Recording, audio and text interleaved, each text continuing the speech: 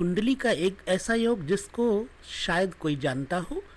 कई बार क्या होता है कि हम अपनी कुंडली देखते हैं पर योग नहीं देखते हैं।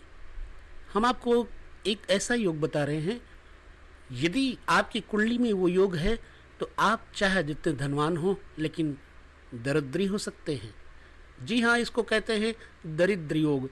अब वो दरिद्र योग कैसे बनता है, इस पर थोड़ा सा आइए विश्लेषण करते हैं कुंडली के इस दरिद्र योग के बारे में।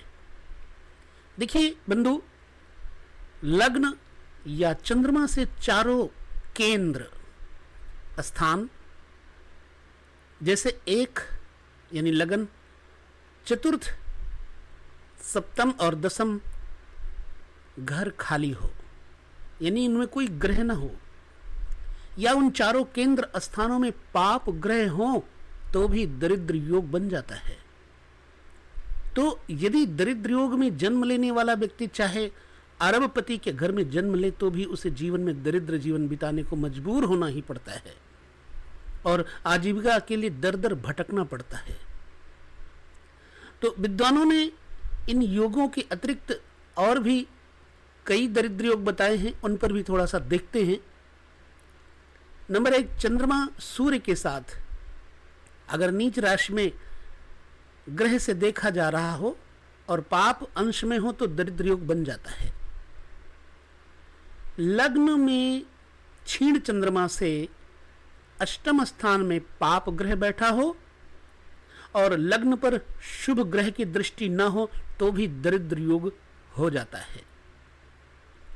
नंबर 3, राहु के साथ चंद्रमा बैठा हो और पाप ग्रह से देखा जा रहा हो तो जातक निश्चित ही दरिद्र जीवन बिताता है। नंबर 4, अगर चंद्रमा नीच राशि में स्थित है और शत्रु ग्रह से देखा जा रहा है या फिर शत्रु ग्रह के साथ है तो भी दरिद्र योग हो जाता है। नीच राशि पर शत्रु क्षेत्रीय चंद्रमा लग्न से केंद्र में या त्रिकोण में हो और चंद्रमा छठे, आठवें या 12वें भाव में गुरु पड़ा हो तो भी दरिद्र योग बनता है।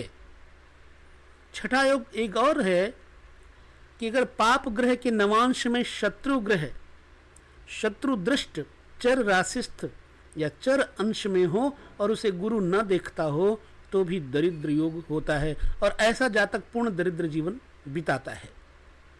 और नंबर 7, नीच में या शत्रु ग्रह में या पाप ग्रह के वर्ग में शनि और शुक्र परस्पर एक दूसरे को देखते हों या दोनों एक ही राशि में हो और ऊपर वाले लक्षण घटित होते हों तो जातक राजकुल में भी जन्म ले तो भी दरिद्र योग हो जाता है, यानी दरिद्री जीवन बिताना पड़ता है।